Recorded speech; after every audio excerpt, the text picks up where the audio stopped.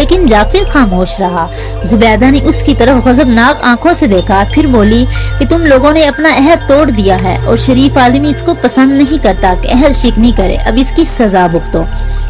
یہ کہہ کر اس نے زور سے زمین پر پیر مارا۔ فوراً برابر کے کمرے سے 7 زنگی برہنہ تلواریں لیے ہوئے نکلے اور سب کی مشقیں باندھ دی۔ پھر زبیدہ ان لوگوں کی طرف متوجہ ہوئی اور کہنے لگی کہ تم لوگوں کو سزا دینے سے پہلے میں چاہتی ہوں کہ تمہارے حالات معلوم کر لوں۔ قلندروں سے پوچھا کیا تم آپس میں بھائی ہو اور کیا سبب کہ تم تینوں یک چشم ہو؟ قلندروں نے عرض کیا کہ ہم بھائی نہیں بلکہ آج صبح سے بیشتر ہم نے ایک دوسرے کو دیکھا بھی نہیں، اتفاقاً ایک جگہ اکٹھے ہو گئے، ہم تینوں شہزادے ہیں اور ہماری داستان مصیبت ایک عجیب کہانی ہے۔ اس کے بعد زبیدہ نے جعفر خلیفہ مسرور سے دریافت کیا۔ جعفر نے بڑھ کر کہا کہ ہم سوداگر ہیں اور اپنا حال شروع میں ہی آپ کو سنا چکے ہیں۔